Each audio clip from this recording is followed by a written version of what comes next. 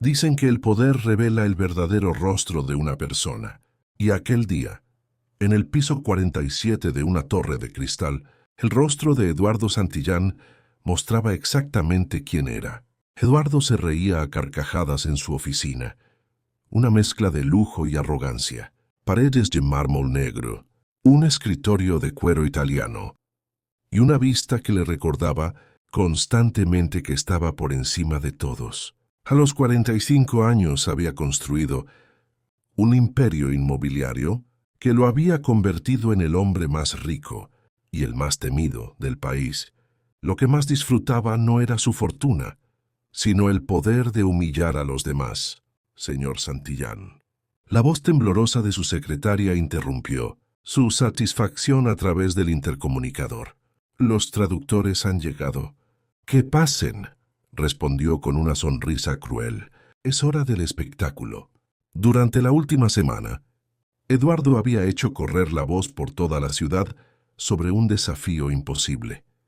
Un documento antiguo recibido como parte de una herencia familiar, escrito en una combinación de idiomas que nadie había podido descifrar. Un texto misterioso con caracteres que parecían fusionar árabe, mandarín, sánscrito y lenguas que ni siquiera los expertos lograban identificar. Cuando los 5 traductores más prestigiosos de la ciudad entraron a la oficina, el aire se volvió pesado. «Damas y caballeros», anunció Eduardo con teatralidad, «bienvenidos al desafío que los convertirá en millonarios, o en los fracasados más públicos de sus carreras». Entre ellos estaban el doctor Martínez, experto en lenguas antiguas, la profesora Chen, especialista en dialectos chinos, Hassan al-Rashid, traductor de árabe y persa, la doctora Petrova, lingüista en lenguas muertas, y Roberto Silva, quien se jactaba de hablar más de 20 idiomas. Eduardo agitó los papeles con desdén. «Aquí tienen el documento. Si alguno logra traducirlo por completo, le daré toda mi fortuna. 500 millones de dólares. Pero si fracasan, cada uno me pagará 1 millón por haberme hecho perder el tiempo». El silencio fue absoluto. Nadie se atrevía a respirar. «Exacto», continuó Eduardo con un brillo cruel en los ojos. «Ustedes no valen 1 millón, pero yo sí, porque soy superior». La tensión podía cortarse con un cuchillo. Los traductores intercambiaban miradas de miedo y vergüenza, mientras Eduardo caminaba a su alrededor como un depredador, disfrutando de la presa acorralada. Y entonces, sin previo aviso, la puerta se abrió. Rosa Mendoza, la mujer de la limpieza, entró con su carrito. Su presencia, tan fuera de lugar en ese santuario del ego, marcaría el principio del fin del imperio invisible de Eduardo Santillán. Rosa Mendoza, de 52 años, entró con su carrito de limpieza sin levantar la vista. Llevaba 15 años trabajando en aquel edificio, siempre invisible para hombres como Eduardo. Su uniforme azul estaba impecable, aunque había comenzado su turno a las 5 de la mañana. «Disculpe, señor», murmuró con la cabeza gacha. «No sabía que tenía reunión. Regreso más tarde». No, quédate», dijo Eduardo con una carcajada que heló el aire. «Esto va a ser divertido». Se giró hacia los traductores, que lo observaban incómodos. «Miren todos. Aquí tenemos a Rosa, nuestra querida señora de la limpieza. Rosa, diles cuál es tu nivel de educación». Rosa tragó saliva. «Solo terminé la primaria, señor». «¿Primaria?», Eduardo aplaudió con burla. «Extraordinario. Tenemos aquí a 5 doctores que probablemente no pueden ni limpiar mis zapatos, pero cobran fortunas por decir que saben idiomas». El silencio en la sala era insoportable. Los traductores bajaron la mirada, avergonzados no solo por sí mismos, sino por presenciar aquella humillación. Eduardo disfrutaba cada segundo. Entonces, con una sonrisa maliciosa, extendió el documento hacia Rosa.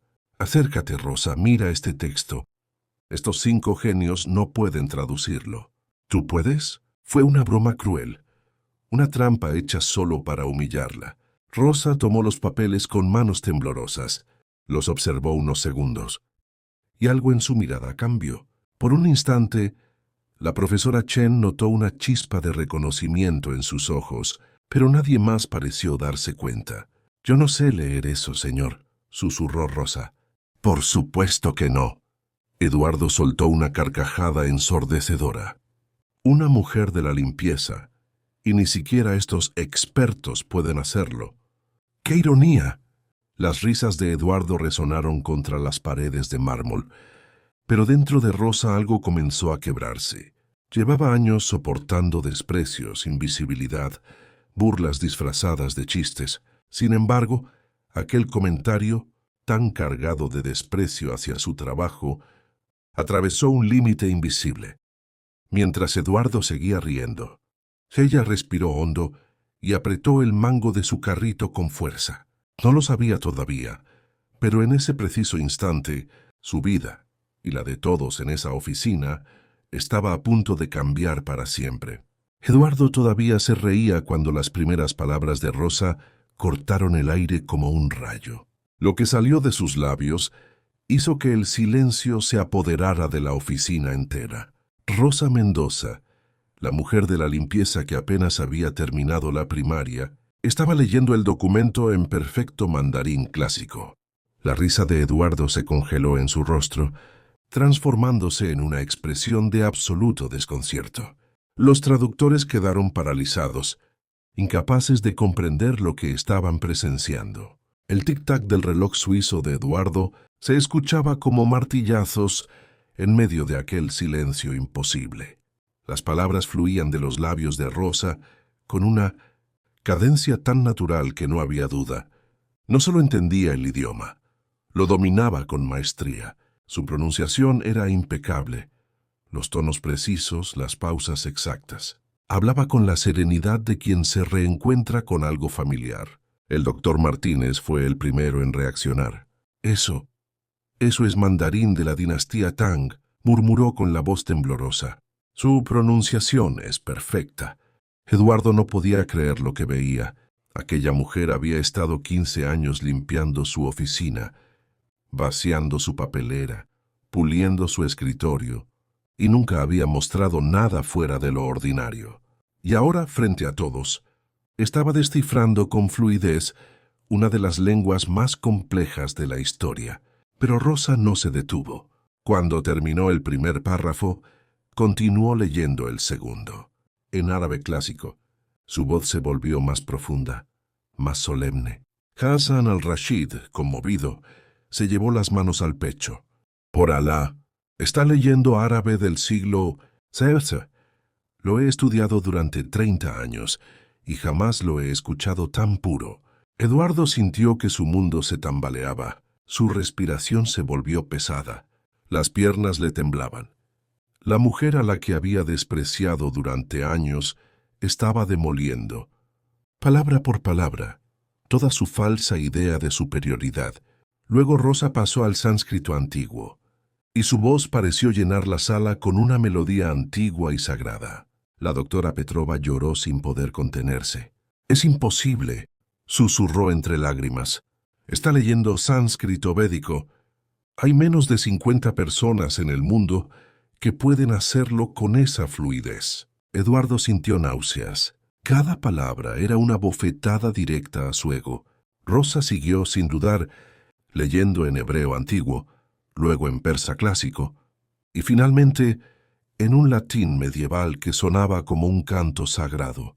Era como si cada idioma abriera una puerta invisible, y ella tuviera las llaves de todas. Cuando terminó, levantó la vista. Su mirada ya no era la de una empleada obediente, sino la de una mujer que había recuperado su voz después de años de silencio. «¿Quiere que traduzca el significado completo, señor Santillán?», preguntó con calma. Eduardo intentó responder, pero de su garganta solo salió un sonido ahogado. Su rostro, antes altivo, se había tornado pálido como el mármol de su oficina, y por primera vez en 15 años, él comprendió que había estado ciego, frente a algo inmensamente más grande que su fortuna. La profesora Chen fue la primera en romper el silencio. «Señora, ¿cómo es posible? ¿Dónde aprendió esos idiomas?». preguntó con la voz quebrada. Rosa sonrió con una tristeza profunda, como quien carga décadas de silencios y heridas. No todos los que limpian pisos nacieron para limpiar pisos, respondió con serenidad. Y no todos los que trabajan en oficinas merecen estar ahí. Aquellas palabras fueron un golpe directo al alma de Eduardo. Por primera vez el magnate se sintió pequeño, vulnerable. ¿Quién es usted realmente?, logró balbucear. Rosa depositó el documento sobre el escritorio con un respeto reverencial. Su postura había cambiado. Ya no era encorvada ni tímida, sino firme, segura, con la dignidad de quien conoce su propio valor. «Soy exactamente quien usted ha visto durante 15 años», dijo con voz serena. «La mujer que limpia su oficina, que vacía su basura, que ha presenciado cada una de sus humillaciones. Pero también soy alguien más». El doctor Martínez dio un paso adelante, intrigado. «¿Quién era usted antes, señora Rosa?». Ella miró por la ventana hacia la ciudad que se extendía bajo sus pies. En sus ojos había recuerdos de otra vida. «Hace 25 años, yo era la doctora Rosa Mendoza, de la Universidad de Salamanca», dijo finalmente. «Tenía un doctorado en lingüística comparada y otro en lenguas antiguas. Hablaba 12 idiomas modernos y podía leer en 15 lenguas muertas o en desuso». La revelación cayó sobre la sala como un rayo. Nadie respiró. Eduardo se desplomó en su silla, incapaz de procesar lo que oía. «Trabajaba en un proyecto internacional de traducción de textos antiguos», continuó. Rosa, su voz cargada de nostalgia, era reconocida mundialmente.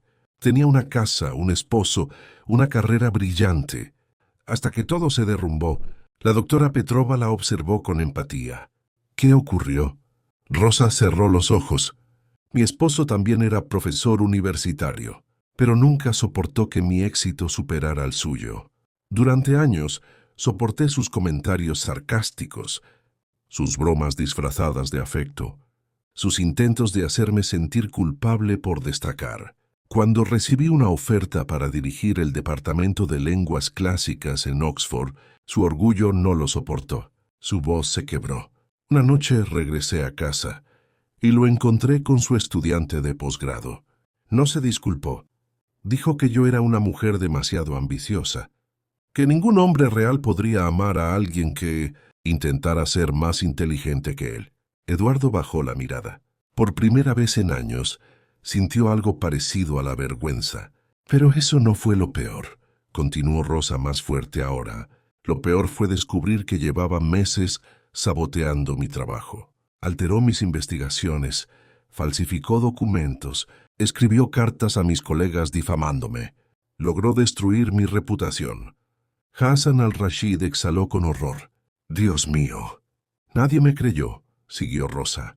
«Él era encantador, carismático. Dijo que yo estaba teniendo una crisis nerviosa. En pocas semanas perdí todo. El trabajo, los amigos, mi nombre».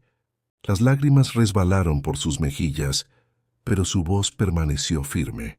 «Intenté empezar de nuevo en otro país. Entonces descubrí que estaba embarazada». La profesora Chen la miró con ternura. «¿Tuvo una hija?». «Tengo una hija», corrigió Rosa con orgullo. «María tiene 24 años. Es cardióloga pediátrica.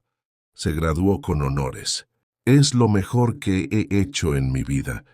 Eduardo sintió un nudo en la garganta. Por primera vez entendía lo que significaba la verdadera fuerza. «Entonces vine aquí», continuó Rosa con la mirada perdida en un punto invisible. «Sin documentos que confirmaran mi educación, sin referencias que alguien pudiera creer, sin nada más que la necesidad desesperada de darle a mi hija una vida digna. Durante 15 años he limpiado oficinas de hombres que poseen apenas una fracción de mi conocimiento.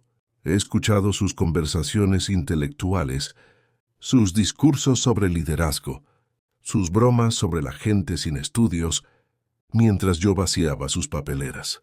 Y he visto cómo tratan a sus empleados, cómo confunden dinero con inteligencia, poder con valor». Eduardo sintió como si cada palabra le atravesara el pecho. Toda su vida había creído que el éxito justificaba la crueldad. Rosa continuó, su voz ahora más cortante, más firme. He visto cómo usted, señor Santillán, humilla a sus empleados por placer, cómo despide a personas solo para reafirmar su poder, cómo se ríe de los que considera inferiores. El silencio era tan denso que casi se podía tocar. Los traductores observaban petrificados a la mujer que se había transformado frente a sus ojos. Rosa respiró profundamente. Sus ojos brillaban no de tristeza, sino de años de rabia contenida. ¿Sabe lo que es fingir ignorancia cada día?, preguntó con voz temblorosa. Escuchar a alguien explicar mal un concepto histórico y tener que callar porque se supone que usted no sabe nada.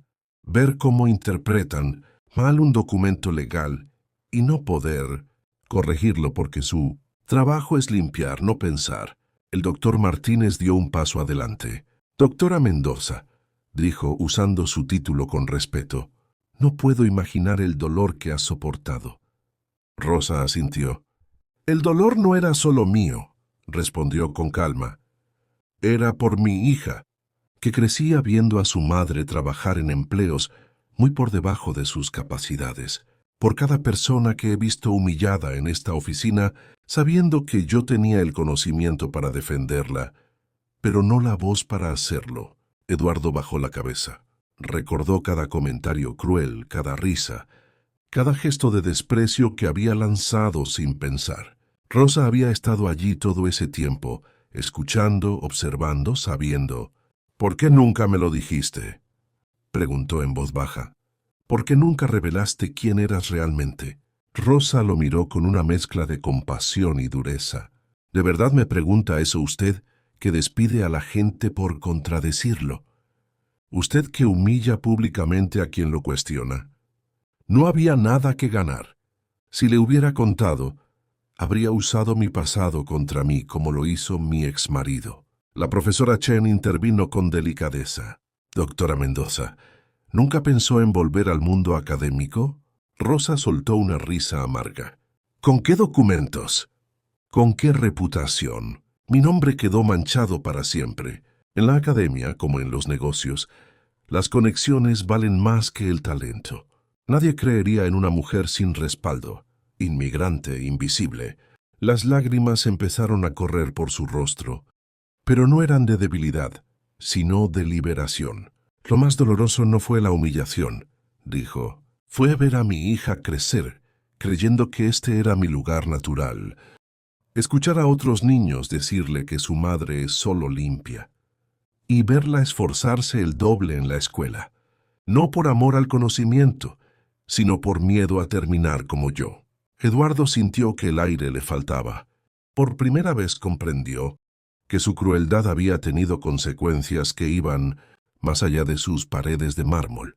No solo había destruido la dignidad de una mujer, había sido parte de una cadena de dolor que afectó generaciones. Rosa lo observó con una calma casi solemne. «Durante años creí que el silencio era mi castigo», dijo en voz baja, «pero hoy entiendo que era mi fuerza, porque a veces solo cuando el silencio se rompe empieza la verdadera justicia». Rosa volvió a tomar el documento con cuidado, como si sostuviera algo sagrado. «Este texto», dijo con voz firme, «pertenece al siglo VII. Habla sobre la verdadera naturaleza de la sabiduría y la riqueza». Comenzó a leer esta vez en español, su voz resonando con una claridad que hizo vibrar el aire en la sala. «La sabiduría no habita en los palacios dorados, sino en los corazones humildes. La riqueza verdadera no se mide en monedas, sino en la capacidad de reconocer la dignidad en los demás. Quien se cree superior por sus posesiones es el más pobre de todos los hombres, pues ha perdido la luz que brilla en otras almas». Cada palabra golpeaba a Eduardo como un eco de todo lo que había ignorado. Por primera vez entendía que el texto no era un acertijo, sino un espejo, un reflejo brutal de lo que él se había convertido. Rosa levantó la mirada. Su tono se volvió aún más solemne. «El poder auténtico no nace de humillar, sino de elevar a otros. Cuando un hombre poderoso descubre que ha sido ciego a la sabiduría que lo rodea, ese es el momento de su despertar, o de su condena eterna. La habitación quedó en silencio absoluto. Eduardo sintió que su respiración se detenía. Había pasado toda su vida buscando ser temido, admirado, obedecido. Pero en ese instante, lo único que deseaba era comprender cómo había llegado tan lejos de sí mismo. Rosa dobló el documento con delicadeza y lo colocó sobre el escritorio. «Ahí tiene su traducción completa, señor Santillán», dijo con dignidad. «Y creo que también su lección». Eduardo la miró fijamente. Por primera vez en décadas no encontró palabras. Su voz, su arrogancia, su poder, nada de eso tenía sentido frente a aquella mujer. Se dio cuenta de que no solo le debía 500 millones de dólares, le debía una disculpa por 15 años de ceguera, por cada burla, por cada humillación, por cada día en que trató la grandeza como si fuera basura. Y comprendió algo aún más aterrador. Algunas deudas no se pagan con dinero. El respeto perdido, la dignidad negada, los años desperdiciados, eran irrecuperables. Miró su oficina, el mármol, el arte caro, el cuero, el vidrio. Todo lo que había considerado símbolo de éxito ahora parecía hueco, muerto, ridículo. Por primera vez en su vida, el hombre más poderoso del país sintió algo nuevo, admiración genuina. Y en el fondo de su mente, una pregunta lo atormentaba, simple pero devastadora. ¿Qué haría ahora que finalmente había visto quién era realmente? Eduardo permaneció sentado, inmóvil, con la mirada perdida en el vacío. Los segundos se estiraban como si el tiempo se negara a seguir adelante. Finalmente, levantó la vista hacia Rosa con los ojos enrojecidos. «Te debo algo más que dinero», dijo en voz baja. «Te debo perdón». Rosa lo observó sin rencor. En su mirada había cansancio, pero también una paz nueva. «No necesito su perdón, señor Santillán», respondió con calma, «ni su dinero». Eduardo negó con la cabeza, desesperado. «Prometí entregar toda mi fortuna a quien pudiera traducir el texto, y cumpliré mi palabra. Haré la transferencia hoy mismo». Rosa sonrió suavemente. «No lo dije por el dinero. La vida ya me enseñó que las promesas hechas desde la soberbia no valen nada. No vine aquí a reclamar una recompensa, sino a recordarle algo que usted había olvidado, que la inteligencia sin humanidad es solo otra forma de ignorancia». Las palabras resonaron como un eco que llenaba cada rincón de la oficina. Eduardo se cubrió el rostro con las manos. Las lágrimas, contenidas durante años, finalmente lo alcanzaron. «¿Por qué lo hiciste?», preguntó entre sollozos. «¿Por qué no seguiste callando? Podías haber seguido aquí, invisible, y yo nunca habría sabido nada». Rosa respiró hondo. «Porque ya no podía quedarme callada», respondió con firmeza. «Porque usted no era el único que necesitaba escuchar esta lección. Todos los que lo observaban día tras día temiéndolo, necesitaban ver que incluso el hombre más poderoso puede ser puesto de rodillas por la verdad». Los traductores, conmovidos, asintieron en silencio. La doctora Petrova lloraba abiertamente. El doctor Martínez murmuró: «Doctora Mendoza, hoy no solo tradujo un texto antiguo, nos tradujo el alma».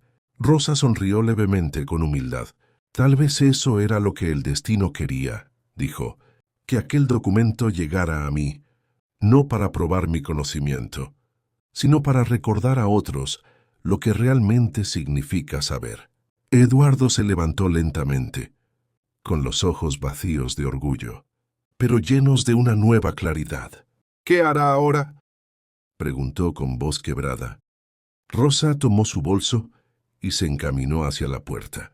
«Seguir viviendo con dignidad», dijo simplemente, «lo que todos deberíamos hacer». Antes de salir se detuvo y miró atrás. «Y no olvide esto, señor Santillán. El poder que no sirve para elevar a los demás termina destruyendo a quien lo posee». La puerta se cerró con suavidad. Por un largo momento nadie se movió. Eduardo se quedó de pie, mirando el documento sobre su escritorio. Las palabras antiguas parecían brillar a la luz del atardecer. Por primera vez en su vida, comprendió el verdadero significado de riqueza. Desde aquel día, Eduardo Santillán desapareció del mundo de los negocios. Vendió sus empresas, cerró su oficina y abandonó la torre de cristal donde había construido su imperio. Nadie volvió a verlo en las portadas de las revistas ni en los eventos de lujo. Algunos decían que se había marchado al extranjero, otros que se dedicaba a ayudar en fundaciones anónimas bajo otro nombre. Solo una cosa era cierta: el hombre que salió de aquella oficina no era el mismo que había entrado. Rosa Mendoza, en cambio, siguió limpiando por un tiempo más. No por necesidad, sino por elección. Decía que quería terminar su último turno como mujer libre, no como víctima. Un mes después, renunció discretamente, sin discursos ni aplausos.